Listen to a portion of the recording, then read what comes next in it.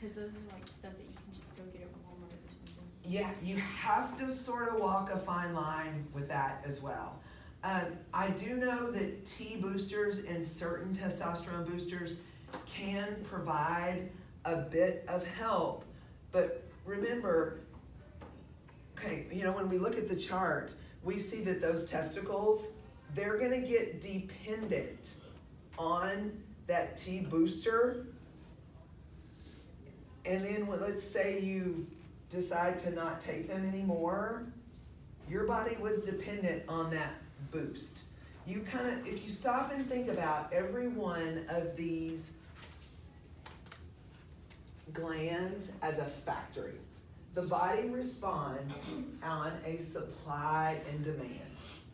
If the body is demanding it, what will happen to the supply?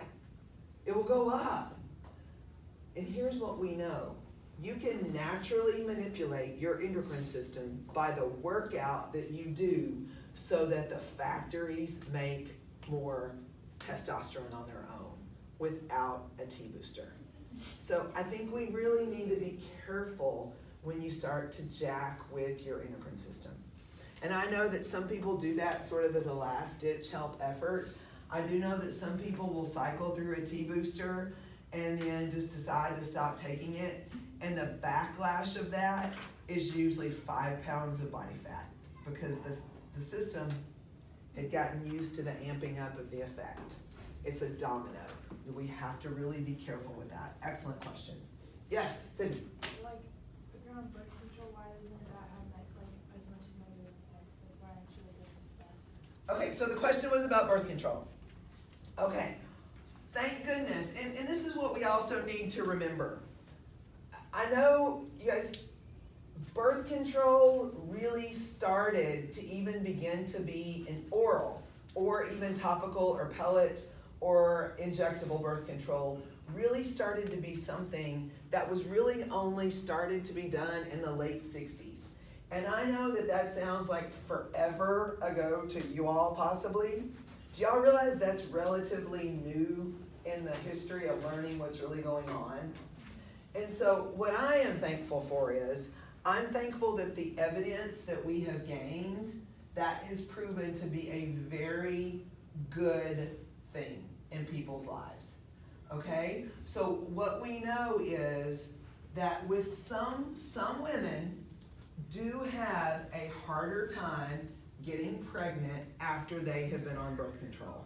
But what we know is for 70% of the population, that temporary manipulation, is that a different kind of, that temporary manipulation of the natural cycle doesn't seem to have long-term effects. Now, what we don't know, we don't have enough data to know anything really about long-term effects.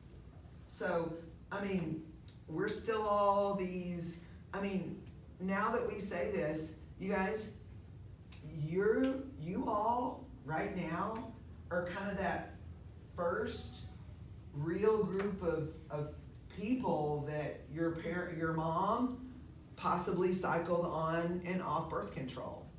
I mean, and so we don't really know if that is gonna affect fertility rates moving forward.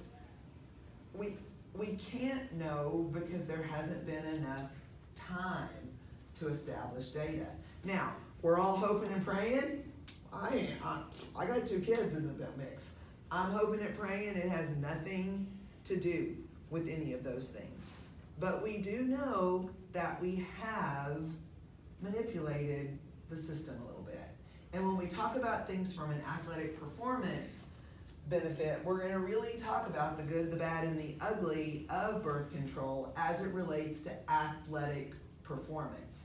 Because there is a little bit of a negative when it comes to athletic performance, but guess what? You're able to perform athletically because you're not pregnant.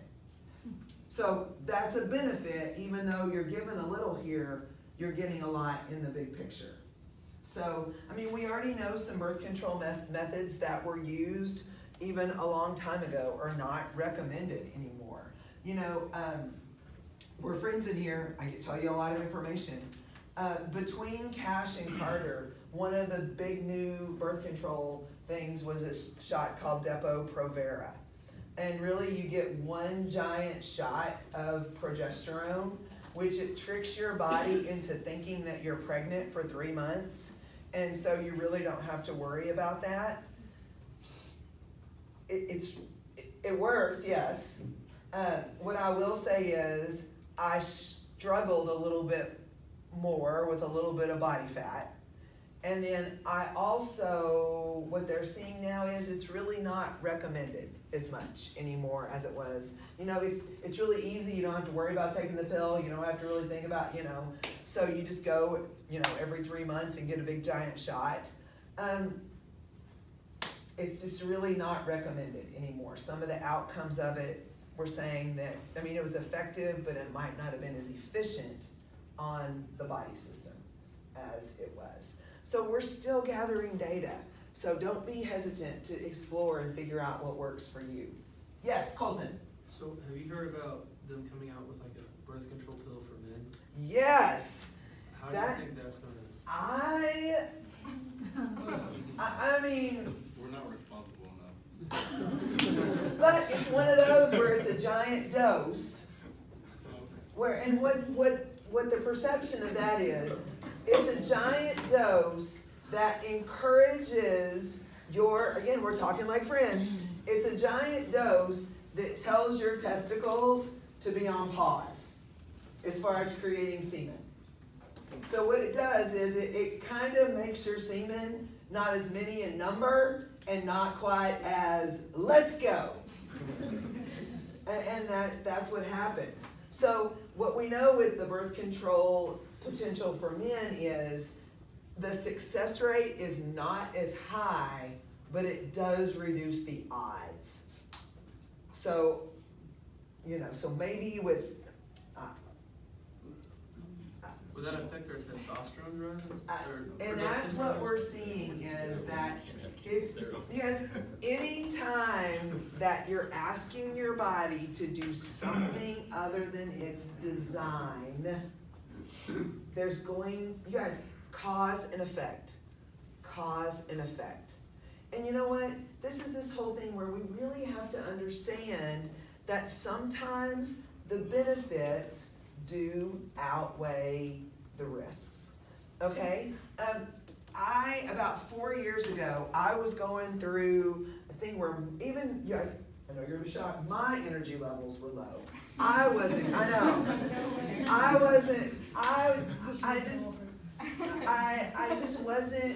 just knew, I know my machine, and I knew that something wasn't hitting on all cylinders. So I did the responsible thing. I went and had a whole big panel of blood work done, and I found out that my thyroid hormones, which there's a perfect ratio between your T3 and your T4 for you to feel your best, you're supposed to have more T3 than 4, and for some reason, my body was producing more T4 than T3, which was throwing that ratio out of balance. Okay, so about 4 years ago, I made a choice to start taking some thyroid medicine to help that stay balanced. Now, what I had to realize when I made that choice, it's like getting married to it. Okay, and if I choose to divorce that, then there's gonna be hell to pay. So I now have chosen to help keep my thyroid balanced, which helps my metabolic rate. I'm messing with my hormones. So I either have to keep them going in that way, or then I have to change it. And I did a couple years ago try to see if I could get off of it, because I'm really not a big pill pusher. I'm a nutrition and squat pusher. You're not squatting, you're not winning. But I just realized that something has happened.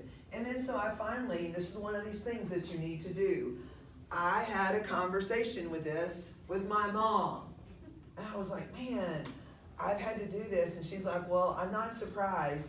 Your dad has been on thyroid medicine since he was 30 years old. It's like, could you have told me?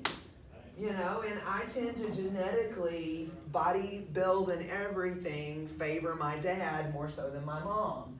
And so that sort of made sense, which is why knowing your family history is so important to what you have going on with things. So just remember that. But I know that I've naturally manipulated it. And I also will say, flipping back to the Depo-Provera thing, we did have a more challenging time getting Carter here. Now, it could have been because of the Depo-Provera, it could have been that I was 5 years older, it could have been a lot of things, but one of the outcomes of Depo-Provera was that it was a little bit harder to get pregnant afterwards. So, you were messing with the body. That's all, we knew that we did not want them back to back. I knew that I did not want them back to back.